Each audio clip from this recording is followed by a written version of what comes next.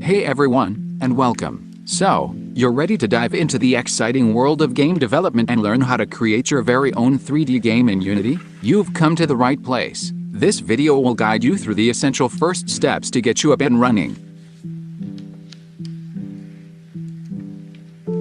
First things first, let's create a new project. Open up Unity Hub. You should see a window like this. Click on the New Project button. In the drop-down, make sure you select the 3D template. Give your project a cool name. Something like My First 3D Game works perfectly. Choose a location on your computer where you want to save your project, and then hit Create Project. Alright, Unity is now doing its magic in setting up your project. This might take a few moments, so grab a quick sip of your favorite beverage. Once it's done, you'll be greeted by the Unity editor, and it might look a little intimidating at first, but don't worry, we'll break it down together. This is your command center. You'll be spending a lot of time in these windows. Over here, in the center, is the scene view. This is where you'll visually build and design your game world. To the left, you have the hierarchy window.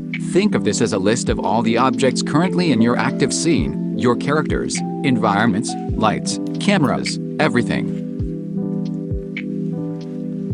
Down below, you'll find the project window. This is like your game's file explorer, containing all your assets, your scripts, textures, 3D models, audio files, and more. And finally, on the right, we have the inspector window. When you select an object in the hierarchy or project, the inspector will show you all its properties and settings, allowing you to tweak and customize it.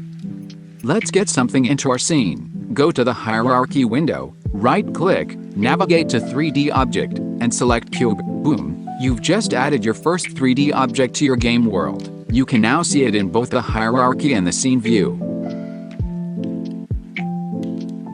Now, let's learn how to move around and manipulate this cube. In the scene view, you'll see these gizmos when you have the cube selected. You can use the Move tool, the arrow icon at the top left, to drag the cube along the X, Y, and Z axes.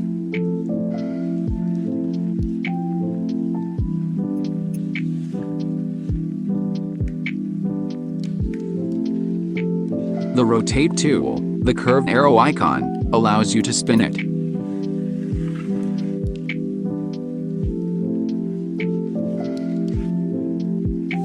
And the Scale tool, the square icon, lets you make it bigger or smaller.